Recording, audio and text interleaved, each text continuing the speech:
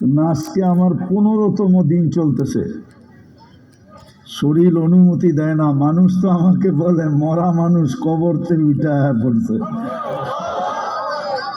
মনে হয় আপনাদের দোয়ার কারণেই বেঁচে পড়ছি।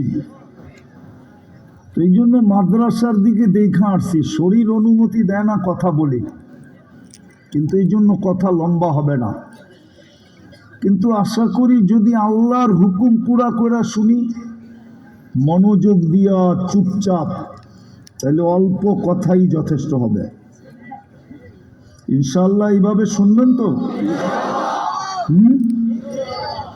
আমরা কিন্তু কেউ এখানে ছিলাম না, আবার অচিরেই একটা সময় আসবে আমরা কেউ এখানে থাকবো না। দুনিয়ায় আমরা ছিলাম না। আওয়াজ না, মনোযোগ।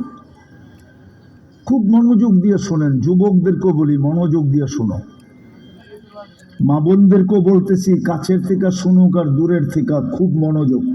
আমরা ছিলাম না, অচিরেই একটা সময় আসবে আমরা কেউ থাকবো না। দুনিয়াটা যেরকম